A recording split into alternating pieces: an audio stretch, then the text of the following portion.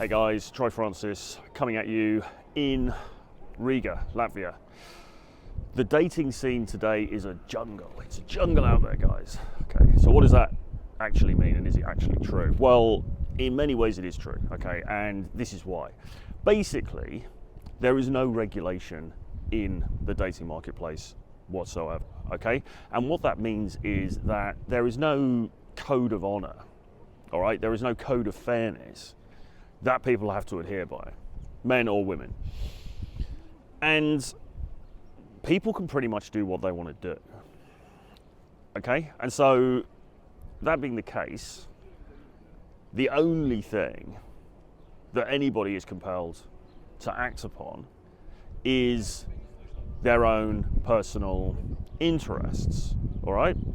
Their own personal interests. There's no compulsion to act on anything else, really. Now, that's not to say that there aren't some people who are kind and nice and they don't want to hurt other people and everything, and yes, of course, those people exist, and some might argue that's the majority. I'm not sure about that personally.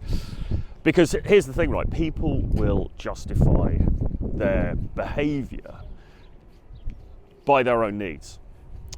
So what do I mean by that? Well, look, a woman might be dating you for a while, and then she might meet somebody else who she regards as being, more attractive for whatever reason.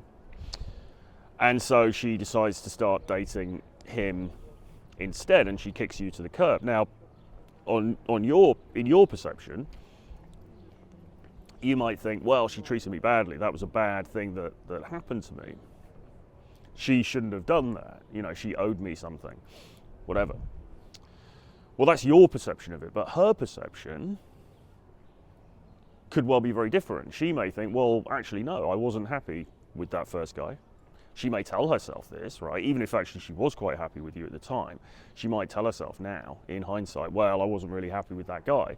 And so therefore, I did what any self-respecting person would do. I moved on to somebody else who was going to make me happy, because why shouldn't she do that, right? This is her life, okay? This is her one shot on this planet, and she will say, well, to herself, she will say, well, look, I mean, I met this other guy.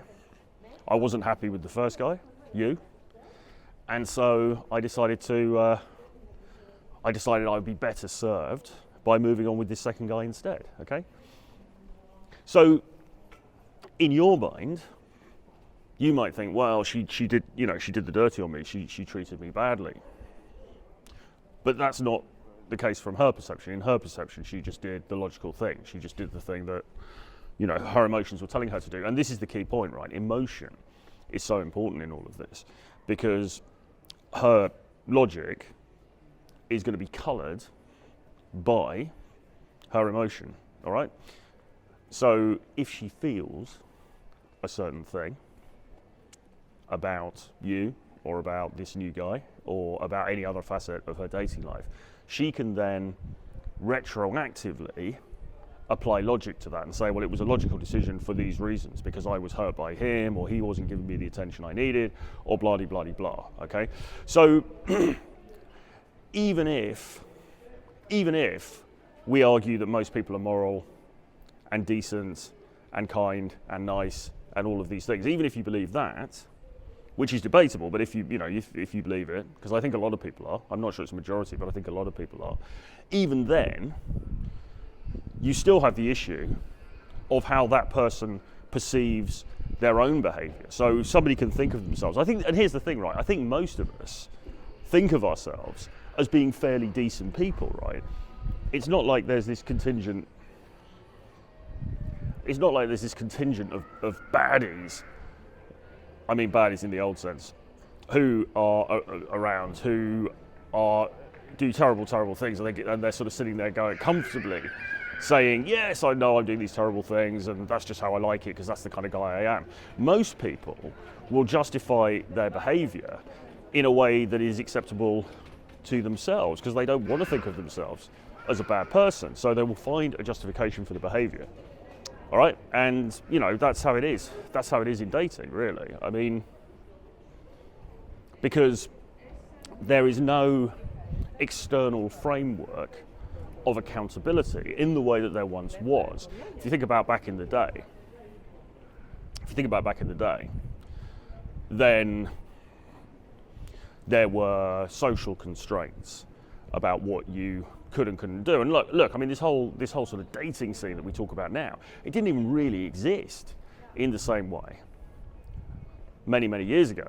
Because actually, of course, what would people do? Well, they would get together for a brief period of time, and they would go on and get married, and then they would be,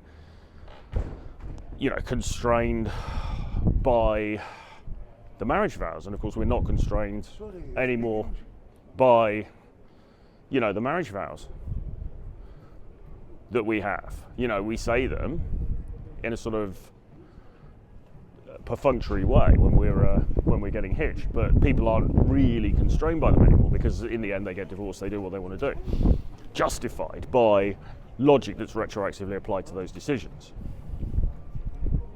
So when you enter into the dating arena, what you need to be aware of is that you are entering this very unregulated thing where people can really do what they want to do. So what do women want? Well, women want the most high value guy that they can get. What does high value mean? It's going to vary from woman to woman, okay? But broadly speaking, it's the same things that women have always wanted, which is somebody who is good looking, tall-ish,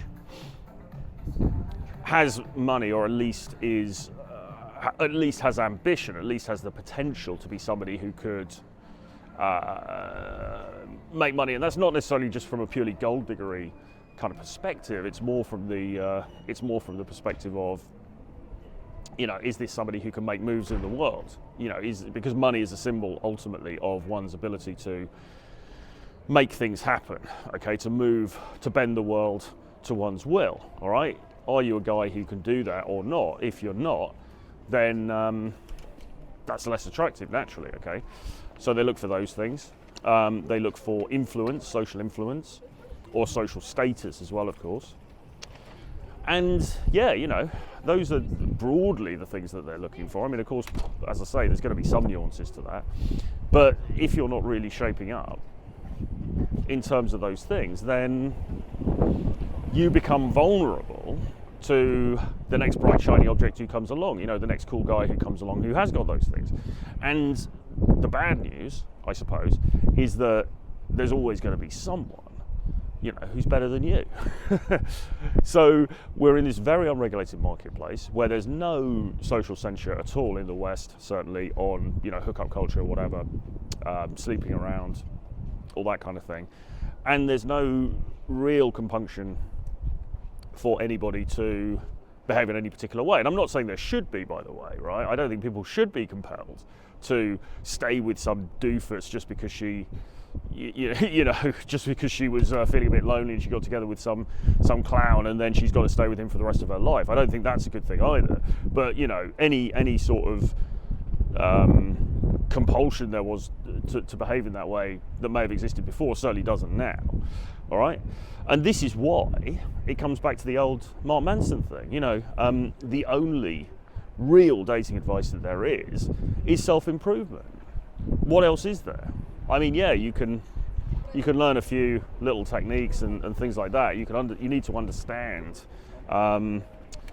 female psychology to some extent. You need to understand how things are on the ground and operate within that framework. But in the end, the only thing that any of us can do is to work on ourselves consistently, all right? So that we become the best version of ourselves and we have a more solid footprint, let's say, in terms of value. And that's going to make it less likely that somebody just wants to do the dirty, I suppose. But the other thing as well is you've got to check your own neediness. Okay, you've got to check your own neediness, because the more needy that you are, the more desperate you are to hang on to somebody, they're going to sense that on some level. And it's going to make you less attractive as a result, and the more likely they are to perhaps want to move on and seek out somebody else. But it is a jungle out there. It is a jungle out there, and it's not going to get any better, because all of these things. We're not going to see, I mean, like people say, oh yeah, you know, the pendulum always swings, it'll swing back. I can't really see it happening. I can't really see a return to whatever decade, you know, whatever glorious 1950s sort of scenario you might be thinking back to. I can't see that really happening unless there was some major kind of societal upheaval, which hopefully doesn't sound like a lot of fun, to be honest.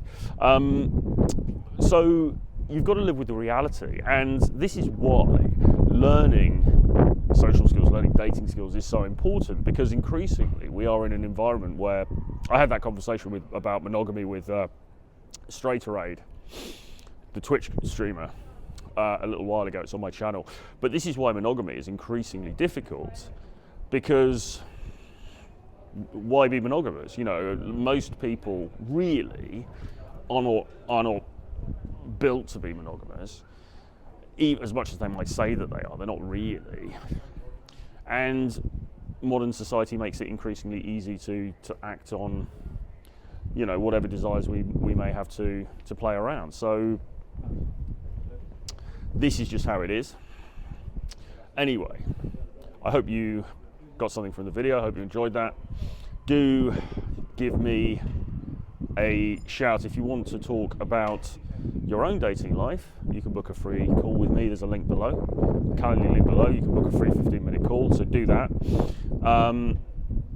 Get hold of my collection of 11 books about dating, the dating marketplace, etc. It's called Renegade Dating Blueprint. The link is below.